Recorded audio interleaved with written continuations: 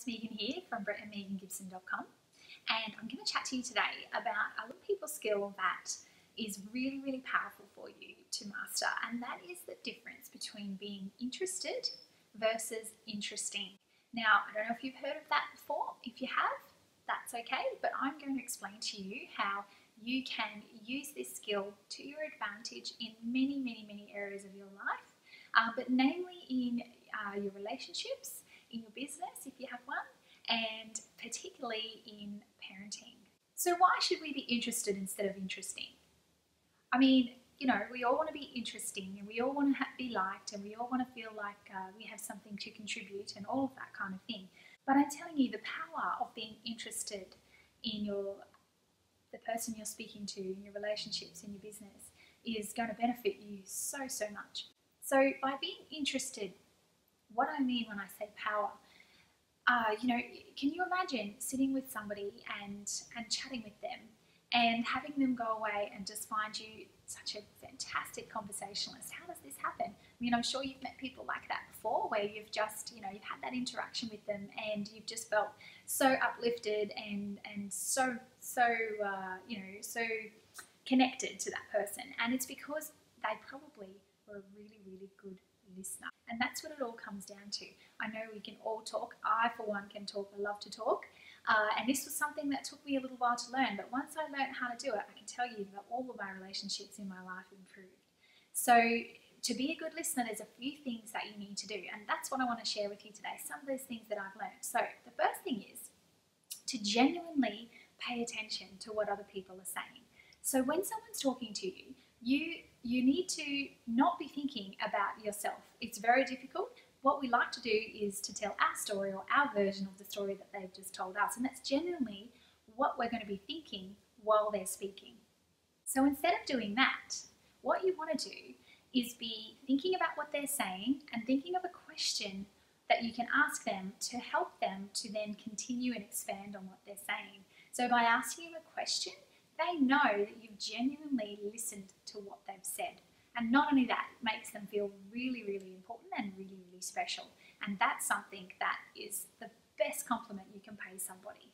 Because let's face it, that's what we all want, isn't it? We all want to be heard, and we all want to be seen as interesting and have that connection with others. So the first thing to do is to give it first. It's going to come back to you tenfold in your relationships, and you're going to want to do this more and more and more. So let me give you an example. The best example I can think of is when you first meet somebody. When you first meet somebody, you find out their name, you might find out, where they live or where they work, what they do for a living. Everybody always asks those kind of questions. And most of the time, it's sort of backwards and forwards. It's like, my name is this, your name is that, and then it's, I work here, well, oh, I work here, and, and it kind of goes backwards and forwards, and that's just sort of the normal way of a conversation. But think about back to when you've met somebody and you just thought, wow, they were such a nice person, they were really interesting, or you probably found that you talked about yourself quite a bit and that they were genuinely interested in what you were saying. It feels good, and that's how you remember them. So it's a powerful skill you can use because it can actually make you become more memorable yourself and therefore more liked, and you're going to create much more meaningful relationships with people that you meet really, really quickly. So where can this be more beneficial for you? So it can be beneficial for you in business. I mean, that one is obvious. You're going to meet people in your workplace, or you're going to meet people in your business dealings. And if you can be interested in them, boy, is that going to repay you tenfold, probably financially, as well as the connections that you can make. And you just never know where that's going to go in the future.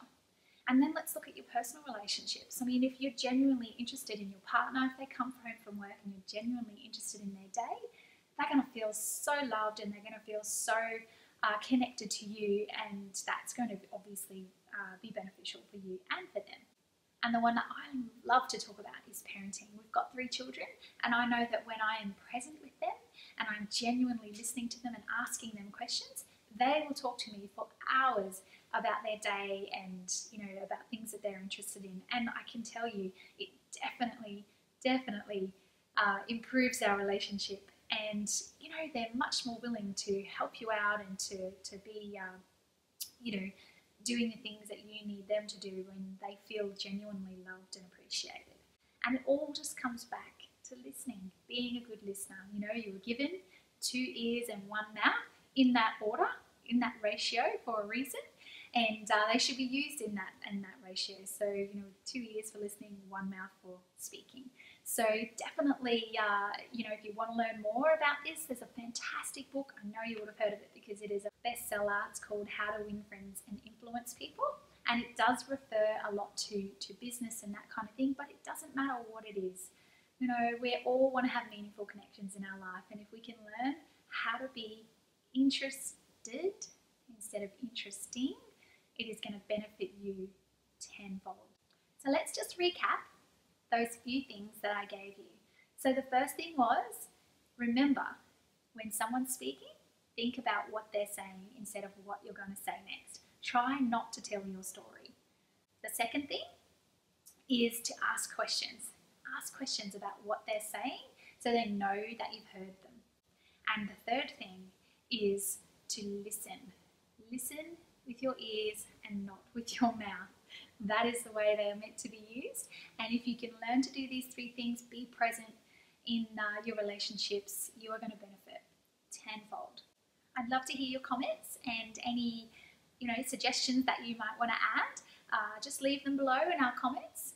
And if you haven't already, please subscribe to our channel so that we can continue to share any of the other things that we think you may find useful in your relationships or in your business. And we will catch you soon in another video.